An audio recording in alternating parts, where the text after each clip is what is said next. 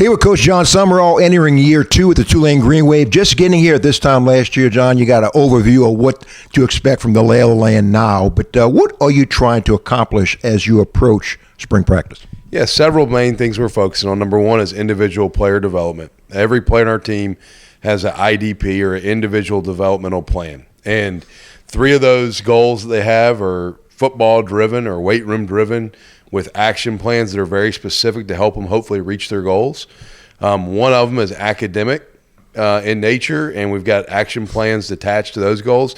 And the last goal, the 5th one they all have through the spring, is it's a character, social, leadership, or spiritual goal that we ask them to set with action plans attached to it to help them hopefully achieve the goal. So you're trying to help each individual player develop so that they can be their best. If everybody does that, that helps the team become its best. And then really a huge emphasis on connectivity. You know, we draft offseason teams and do a lot of exercises where you can either get points for your team or lose points for your team. But getting guys to know each other. Next week we'll do an event next Tuesday night that's off campus. Just some team bonding stuff, because you have so many new players nowadays that are entering a team in January, and this is the trick: is how do you get that group to become one? How do you create buy-in, connectivity, and cohesion, helping guys understand the standards of the program?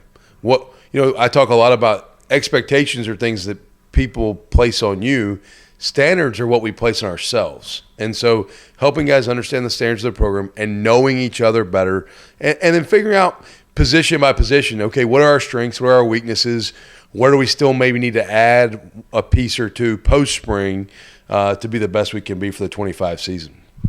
One thing that you'll probably hang outside the locker room is if you're not a competitor, need not apply. You have 26 transfer portals coming in. You had gangbusters with the recruiting class. You've added, if I'm correct with my numbers, 5 offensive linemen, 4 defensive linemen, 3 quarterbacks, 3 wide receivers, 2 running backs, 3 linebackers, and a partridge in a pear tree, I'm sure somewhere, John. But the thing is that you are bringing in guys who want to compete along with the guys you already have. Yeah, we talk all the time. It's funny, we had a team meeting this morning, and I told guys, if you're not tough or you don't intend to try to be tough or grow into being tough, toughness is a talent, and it's trained. Nobody's born tough. We're all born babies, and we're soft. And if you don't intend on becoming a tough, physical, blue-collar football player, it's going to be really hard to survive here. And so for our guys, a part of being a tough guy is liking to compete, loving to compete.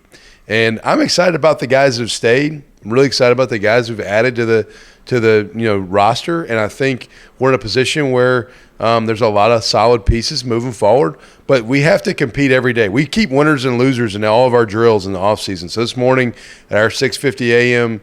Gauntlet session, which is like basically a stations drill matchup deal, you're paired with the same guy all morning, and we keep a winner and a loser of every drill. One of the positions that's going to take a lot of attention, draw a lot of attention, is your quarterback position. You brought 3 guys in here. All expect to win that starting role. Will you kind of divvy up the reps among those guys, or how are you going to handle that, John? Yeah, they'll all have opportunities. Really right now it's so early. We're really just trying to get them all trained to know what to do within the schematics and terminology of the system. So much of the quarterback position is leading others, connecting well with others. The intangibles component of the quarterback position, I think, gets undersold or understated. It's not always the biggest arm. But all those guys will have an opportunity to win the job. TJ Finley is coming here in his last year of eligibility. Donovan Leary coming here from Illinois, got 2 years of eligibility. Caden Samanza coming here from Ball State, where he was the MAC Freshman Player of the Year, has 3 years of eligibility. We've got a young man named Kellen Tasby, who was a kid that was committed to the team when I got here. We signed him. He's finishing his first full year here, is a redshirt freshman next year. So we've got a senior, a junior, a sophomore, and a freshman. The best man's going to win the job. I think a year ago this time, nobody thought Darian Mensah was going to be our starting quarterback. Very, very few people thought that was going to happen, and I kept mentioning his name. I don't know who's going to win the job. Whoever wins the job, I can guarantee you this, they're going to earn it. You got some your staff. That's very important. You got a staff. A lot of guys carried over, but you've kind of tweaked your staff a little bit this season, and you got a couple of new guys in here. We've tweaked the staff some. Some of it was not by plan, maybe. You know, Dan Roshar essentially made his mind up he was going to retire from college football back in November. He and I had already discussed that. He's now with the Bears. Evan McKissick and Coach Roshar kind of split the O-line room and tag teamed it last year. And Evan will kind of consume a little bit more of a role. Kanan Ray comes back, who was a former player here in G8 here with Coach Roshar. So a lot of the terminology and things we were already doing will stay the same. We added Will Hall. You know, Will had previously been the offensive coordinator here. Great addition to the staff. Will been a head coach at 3 different schools, 2 Division II schools, had a lot of success at Southern Miss most recently. Didn't have the record that you'd want at Southern Miss, but that's not because he's not a great coach. I got a lot of respect for Will. I've coached against him. He's a bright offensive mind. He's going to bring a ton of value to our offensive staff and our staff as a whole. So excited about the addition of Will. Greg McMahon retired. Sad. You know, when I took the job here, Coach McMahon told me he was retiring a year ago, and I said, give me 1 year. And on January 2nd, 2024, he walked in my office and said, hey, I'll give you a year.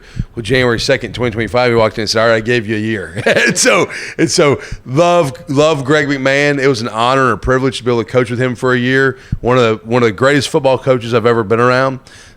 He will still be around some. He's got an open door to show up anytime and hang out. He knows that. We've probably talked on the phone as much with him being gone as we did when he was coaching here. So we added Jonathan Galante, who had worked for Coach Saban at Alabama, had been the special teams coordinator at Marshall the last 3 years, kind of a guy that really trained under Jeff Banks at Alabama, who's now at Texas, and James Shebus, who's now the special teams coordinator at Purdue. Those 2 guys really mentored Galante. Jonathan's a really bright special teams mind. And a lot of the stuff that he's done in his past, there's some carryover and some similarities. Him and Coach McMahon had actually clinic together in the past, so there's a lot of carryover there. Last thing, you know, you've really sent a message here that this is a program that's on the rise, and you're right there. The support here has been tremendous. The fans really rally around you guys. This is kind of a special, unique area. The school has been behind you, and there's a lot of spirit here on the team and the support. Well, the greater New Orleans area has embraced Tulane as New Orleans college football team. And I get there's other teams in the state.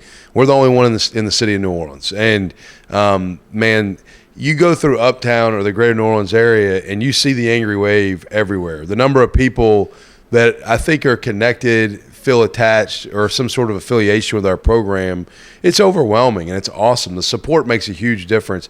I can tell you this, the student section last year at some of our games, I'd walk into the game and I'm like, man, it's rocking and it's full. It makes a difference to have that kind of support. I think we have a tremendous venue. You think about Ullman Stadium, seats about 30,000 people roughly. It's a great family atmosphere. And I think it's a really cool experience to come to one of our games. And the local New Orleanian people, they've really embraced our program and really kind of wrapped their arms around Tulane football and accepted our program. And I think it gives us the opportunity to be successful. It takes support and resources and alignment to have an opportunity to be successful. And so many people are pulling in the same direction to help us be that way. Continued success, John. Thanks for taking some time with us. Thank you. Appreciate you.